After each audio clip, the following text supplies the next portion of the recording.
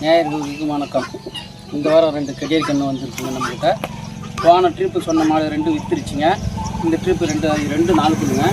இது செவலை நல்ல காம்போலம் உள்ள மாடுங்க. சுழி சுத்தமான மாடு, நடுமுதல் தான் சுழி. இது 4 குழு. இன்னும் 10 to 15 நாளில் கன்று போட்டுருங்க. இது பிஸ்கட் கலருங்க. இது 4 குழு சுழி சுத்தமான மாடு. இது பாருங்க, இந்த 2 மாடும் விற்பனை